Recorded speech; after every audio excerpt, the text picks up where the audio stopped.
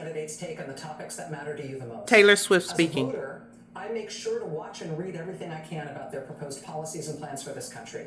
Recently, I was made aware that AI of me, quote me, falsely endorsing Donald Trump's presidential run was posted to his site.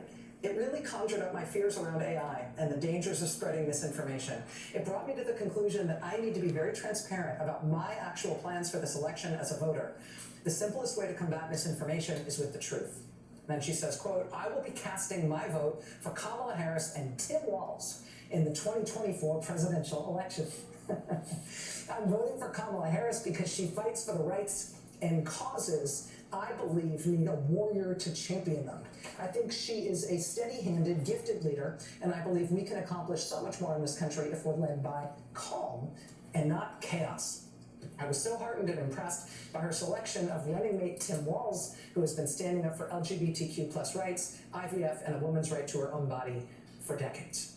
I've done my research and I've made my choice. Your research is all yours to do, and the choice is yours to make. I also want to say, especially to first-time voters, remember that in order to vote, you have to be registered. I also find it's much easier to vote early. I will link where to register and find early voting dates and info in my story. With love and hope, Taylor Swift, signed Childless Cat Lady. Wow. Response to that, Mr. Governor. All those things, I am incredibly grateful, first of all, to Taylor Swift. I say that also as a cat owner, a fellow cat owner. You heard it. We know that it's there. That was eloquent, and it was clear.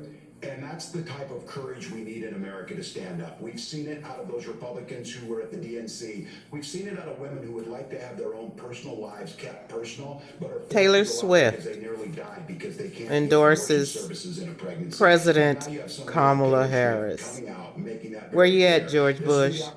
Where you at, George W. Bush? Okay, let's get it done.